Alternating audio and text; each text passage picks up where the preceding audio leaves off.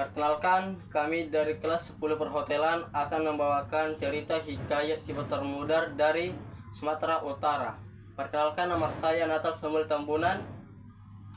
Saya sebagai narator. Saya Citrodoni Pradana, berperan sebagai Sodung Dangot. Nama saya Cermat Muhammad Yunus Lagu, berperan sebagai Marpasang. Sekian dari kami, terima kasih.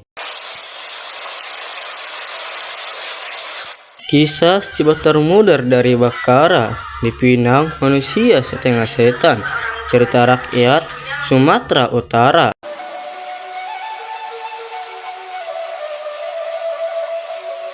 Ya teman, tersebutlah seorang putri cantik dari marga Simamora di Bakara yang bernama Cibotar Mudar, yang akhirnya kawin dengan tuanku Barus.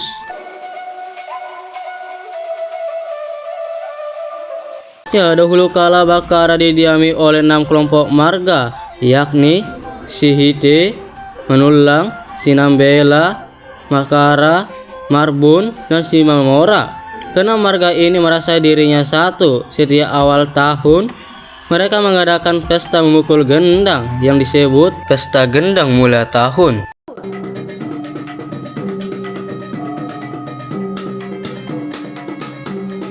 Setiap warga 6 berganti-gantian jadi penanggung jawab pesta itu.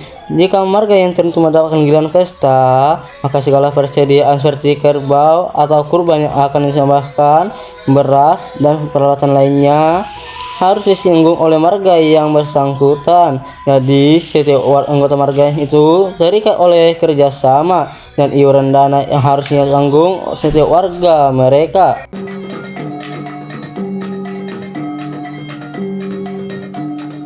Acara pesta gendang mula tahun ini bertujuan agar dewa memberi mereka kesuburan dan kemakmuran.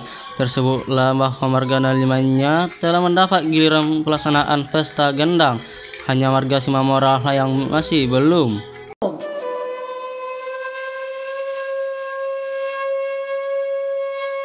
Jelang hari baik dan bulan baik awal tahun berikutnya, para pengetua marga-marga di Bakara memberitahu marga Simamora, karena marga Simamora atau Dewata Raja yang tinggal di sini jumlahnya sedikit, lagi pula miskin adanya, maka sungguh Marpasang Dewata Raja jadi sedih. Jika giliran tidak dilaksanakan berarti melanggar permufakatan dan akan menimbulkan amarah anggota masyarakat banyak.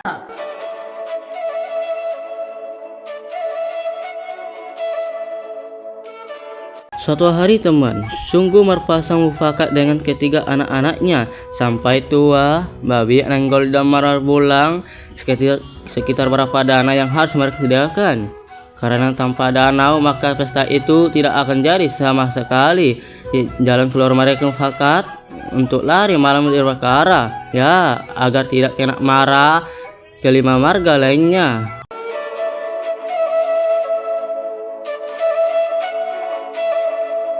Hari berikutnya satu demi satu barang-barang diangkat keluar kampung agar dapat mempermudah perpindahan malam itu. Malam itu setelah semua orang tidur, mereka berangkat bercampur was-was karena takut kalau bertemu dengan salah satu seorang penduduk desanya.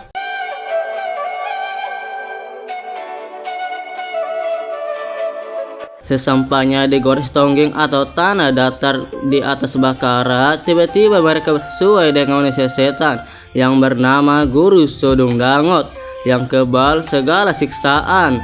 Takut mereka menjadi-jadi, mau telah menanti malam itu.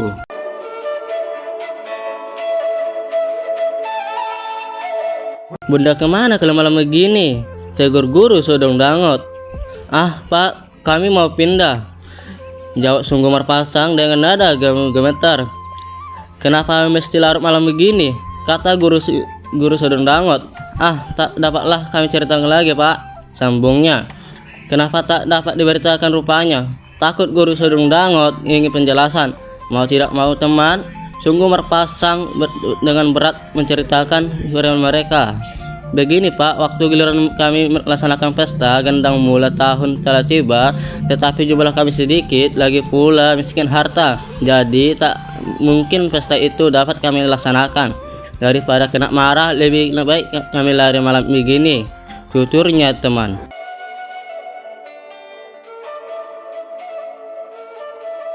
Oh, demikian sebabnya. Kupikir entah kenapa, Pak. Kalau demikian halnya, pulanglah ke rumah. Segalanya itu akan segera tersedia. Saya sangat kasihan melihat kalian. Percayalah, kalian tidak akan menderita kemiskinan lagi, kata Sodung Dangot menerangkan kepada rombongan itu.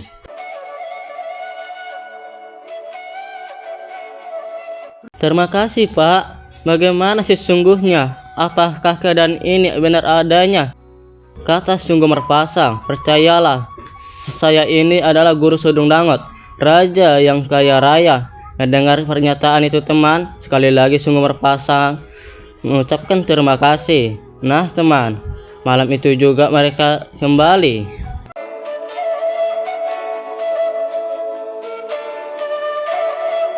Tetapi setelah dekat ke kampungnya, Sunggu Merpasang menyuruh anggotanya rombongannya berhenti. Disinilah kalian dulu agar saya periksa kebenarannya. Jika benar, kalian akan segera kupanggil. Dan kalau tidak, agar mudah kita meneruskan perjalanan. Iya, rombongan tinggal di tempat tadi. Sedang Sunggu Merpasang dengan hati berdebar-debar pergi sendirian.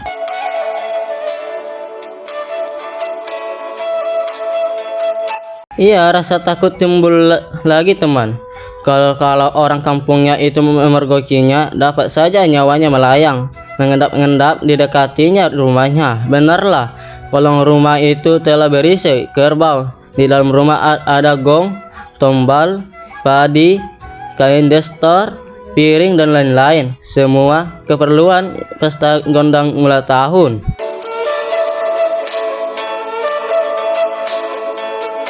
Hatinya jadi gembira sekali, lalu berlari-lari mendapatkan keluarganya. Ya, keadaan yang beritakan yang membuat mereka tercengang bercampur gembira. Setelah tiba kembali, benarlah apa yang mereka risaukan selama ini telah tersedia.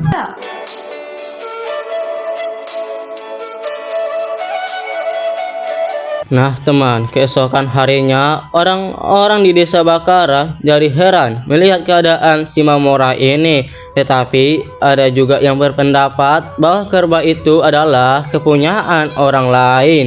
Nah teman, minggu lagi sebelum acara pesta, pengetua desa Bakara memberitahu tanggal pasti yang pesta. Diterima baik oleh Sunggu Merpasang meyakinkan.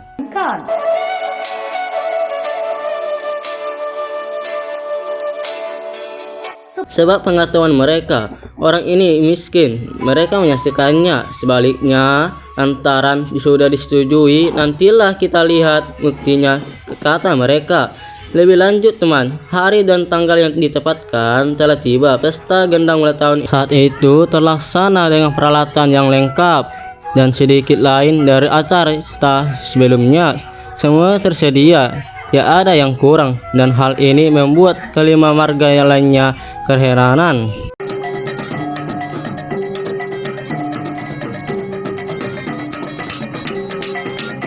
Dari manalah gerangan perlengkapan itu diperoleh Sunggu Merpasang, kata mereka. Setelah pesta itu selesai, maka semua penghuni desa itu kembali ke rumahnya masing-masing.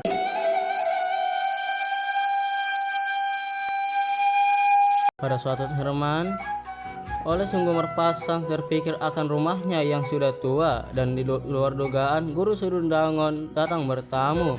Selamat siang Pak, tegurnya. Ya, selamat siang, jawab Sunggu Merpasang. Nampaknya bapak ini termenung memikirkan sesuatu. Apa yang dipikirkan Pak? Tanyanya teman. Tidak apa-apa Pak, jawab Sunggu Merpasang. Baiklah, kalau begitu bagaimana? Apakah pesta itu sudah terlaksana? Tanya guru Sodung Dangot. Sudah Pak, jawab Sunggu Merpasang. Terima kasih atas bantuan Bapak, sambungnya teman. Cukup meriahkah pesta itu? Tanya guru Sodung Dangot melanjutkan. Ya, semua orang memuji karena takut kekurangan sesuatu, jawab Sunggu Merpasang. Baiklah, kalau begitu apalagi yang kalian perlukan, biar saya sediakan, lanjutnya teman. Jika mungkin Pak, lihatlah rumah ini sudah tua. Kami berkeinginan menggantinya. Tolonglah Pak, kata Sunggu Merpasang.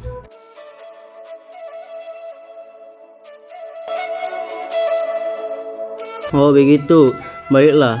Pergilah kalian ke hutan ke Seleme-leme. Di sana akan kalian dapat bahan yang diperlukan, katanya meyakinkan. Terima kasih Pak, jawab Sungguh Marpasang dengan gembira. Guru Sodong Dangot permisi pulang, tetapi Sungguh Marpasang berusaha menahannya. Jangan dulu Pak, kita mesti makan dulu Pak, katanya teman. Terima kasih, karena ada urusanku yang penting sekali, jawab Guru Sodong Dangot lalu memberi salam seraya terus pergi.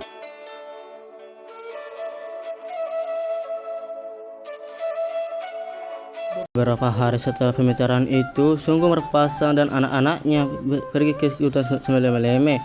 Benarlah teman, semua bahan bangunan rumah itu sudah tersedia, seperti kayu, rotan, ijuk, dan sebagainya. Tiada berapa lama, Guru Sodong Dangot telah sampai ke tempat itu. Bagaimana Pak? Sudah banyak kalian ambil, tegurnya teman. Sudah Pak, tetapi bagaimana caranya mengangkut bahan ini ke kampung? Kalau Sungguh Marpasang, mudah saja, saut Guru Sodong Dangot. Ikatlah semua bahan yang perlu. Jika telah selesai diikat, picikkanlah mata lalu bergerak 7 langkah. Nanti segera akan sampai di kampung, katanya. Pesan itu dilakukan Sungguh Marpasang dan dengan anak-anaknya. Maka benarlah bahan rumah itu telah tiba di Bakara.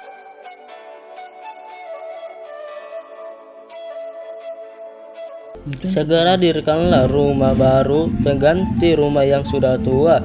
Seperti biasanya, rumah baru itu dimasuki dengan acara pesta.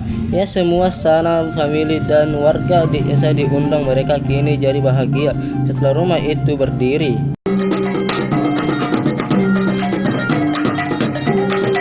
Hari kemudian datanglah Guru Sodong Dangot bertamu seraya beri salam yang disambut dengan hangat oleh Sungguh Marpasang dan keluarganya.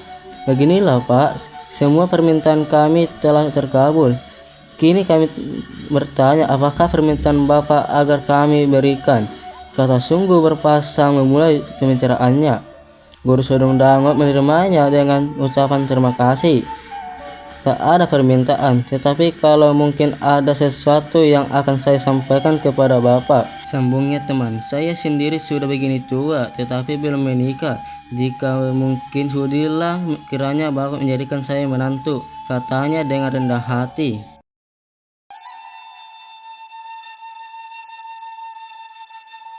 Baiklah, kalau demikian, kebetulan ada putri kami seorang, yakni si Botar Mudar, kata Sungguh Marpasang dengan sungguh-sungguh.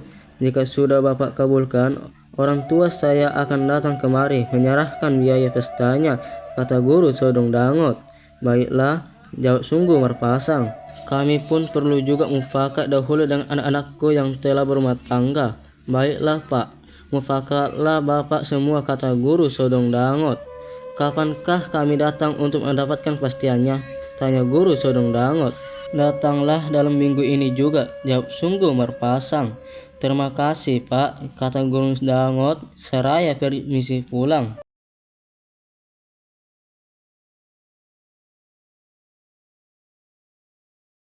Sungguh Marpasang memanggil semua anak-anaknya sampai tua, Mabek Manggol dan Marbulang. Ya, mencerahkan lamaran Guru Sodong Dangot. Anak pertama dan kedua menyatakan setuju, kecuali anak ketiga, Gajah Marbulang. Saya tidak setuju mengawinkan saudaraku dengan manusia setan itu. Benar kita telah diberinya harta dan rumah, tetapi bagaimanalah memberikan sebuah termudar kepada setengah hantu setengah manusia itu. Lagi pula kakinya pun lain, tak pernah menginjak tanah, katanya teman.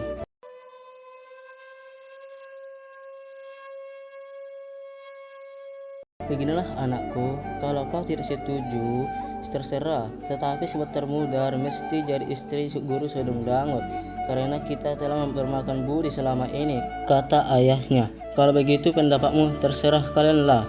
Kalau menurutku, pendapatku, si Botar Mudar tidak boleh dikawinkan dengan manusia hantu itu. Tetapi kalau kalian tahu mengawinkannya, terserah. Saya tak ikut menanggung resikonya, sawat Gajah Marbulang dengan tegas.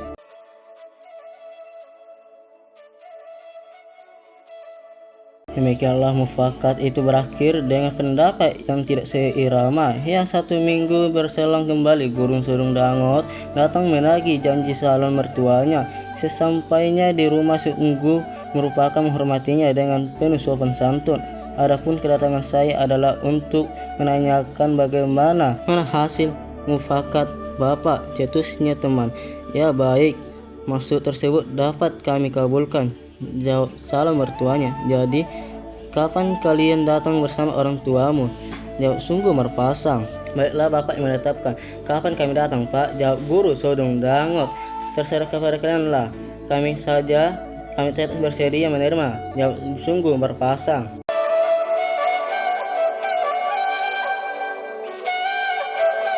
Iya, mendengar jawaban itu, Guru Sodong Dangot senang lalu permisi pulang. Hari berganti hari, malah sudah berminggu-minggu Guru Sodong Dangot tak pernah muncul. Ditunggu hingga 1 tahun tidak juga muncul. Inilah yang membuat Sunggu Marpasang dan keluarganya hampir terlupa terhadap Guru Sodong Dangot.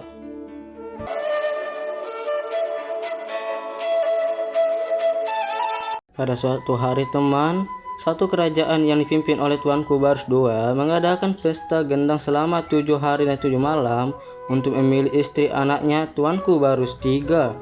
Ya, kepada seluruh rakyatnya diberitahukan agar menghadiri pesta itu dan para gadis supaya ikut menari. Barang siapa di antara gadis ini dipilih Tuanku Barus III, dialah yang menjadi istrinya.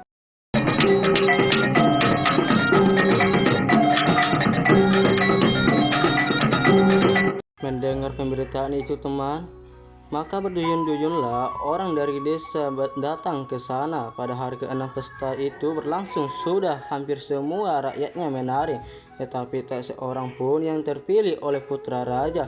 Bahkan hingga hari ke-7 teman, tidak juga terpilih calon istri yang diharapkan.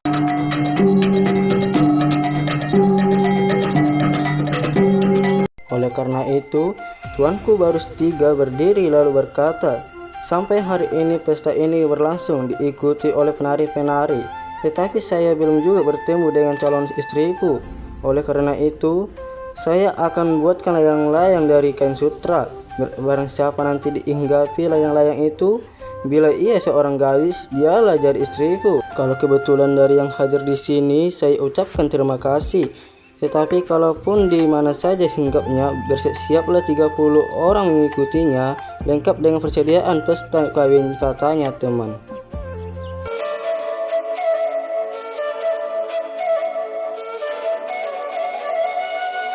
Untuk memenuhi ucapannya itu, semua persediaan disiapkan, beserta 30 orang pengikut. Segera layang-layang sutra itu diserahkan kepada Tuanku Barus III untuk diterbangkan. Setelah diterima, beliau berdoa kepada Tuhan yang Maha Pencipta. Ya Maha Pencipta, sudah 7 hari 7 malam berlangsung pesta gendang, tetapi belum juga bersua dengan menantu orang tuaku. Sekarang ya Tuhan, tunjukkanlah siapa yang akan menjadi istriku, yakni gadis yang mendapat layang-layang ini.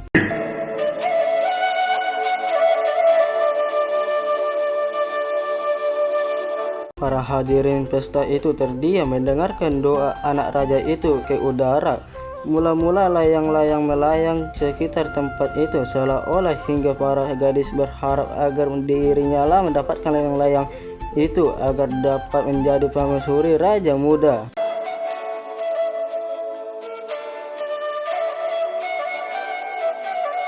Tiba-tiba layang-layang itu terbang tinggi. Semua mata hadir memandang ke atas. Sebentar kemudian layang-layang menurun tetapi naik lagi. Hal ini berlangsung hingga 3 kali. Kemudian naik lagi, lalu layang-layang itu pergi. Ia melihat situasi itu, para penonton pun lari mengikutinya, didahului oleh 30 orang pengikut raja muda.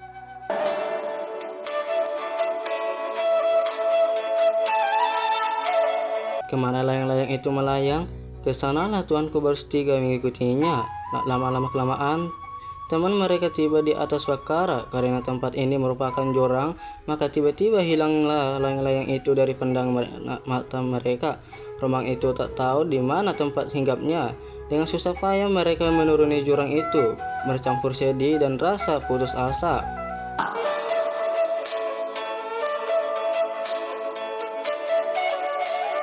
Ada satu tempat dengan rasa kesal, mereka berhenti ke sana, haus dan letih.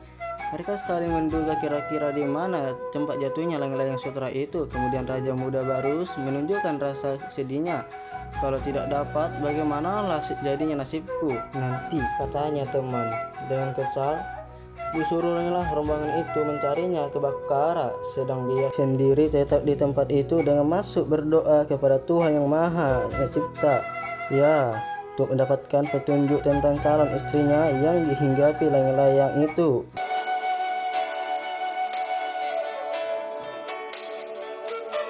Sehabis berdoa teman, tiba-tiba muncullah seorang gadis yang sedang membawa air dari pancuran. Gadis itu sangat cantik. Dik, apakah saya dapat minta tolong? Tegur tuanku Barus III.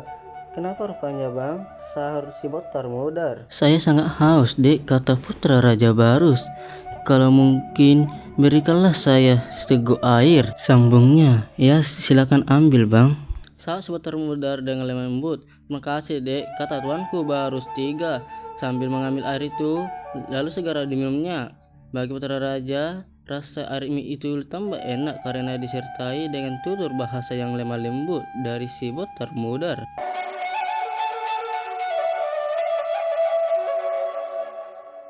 Abang ini dari mana rupanya? Gadis itu balik bertanya. Tak dapat lagi percayakan dek. Kami ini dari Barus.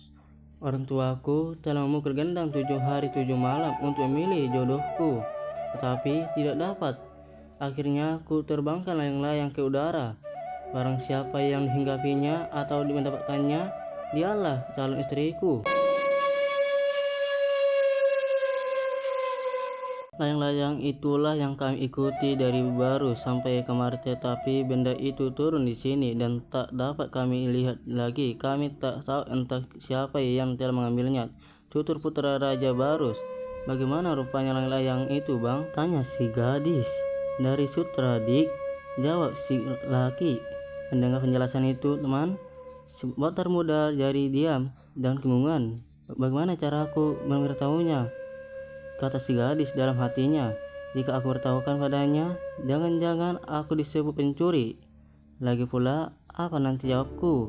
Demikianlah, kata si hatinya. Lama ia termenung memikirkannya dan air mukanya pun menjadi pucat.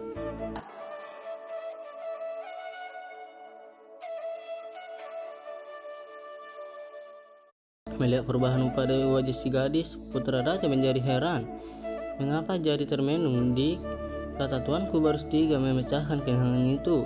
Si Botar Mudar tambah gugup. Bagaimana dik? Apakah kau tahu siapa yang telah mengambilnya? Desa putra raja. Kadang memaksa si Botar Mudar terus terang. Saya tak dapat lagi berkata-kata karena layang itu hingga pada diri saya. Waktu mengambil air itu tadi di pancuran inilah layang itu bang, kata si Botar Mudar seraya menunjukkannya.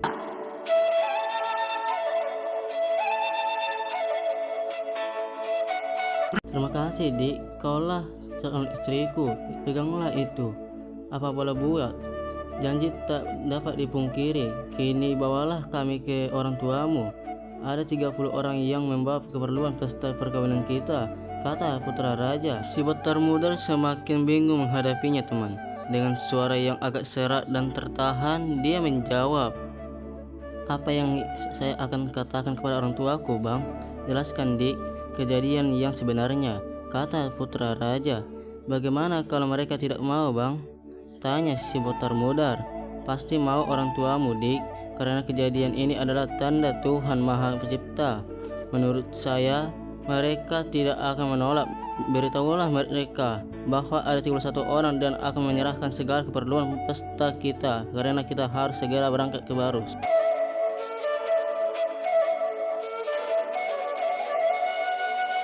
Tak sanggup si Botar Mudar menolak kata-kata itu teman. Sesampainya di rumah, diberitahunya keadaan itu kepada bundanya, kemudian dari ibunya kepada sungguh berpasang.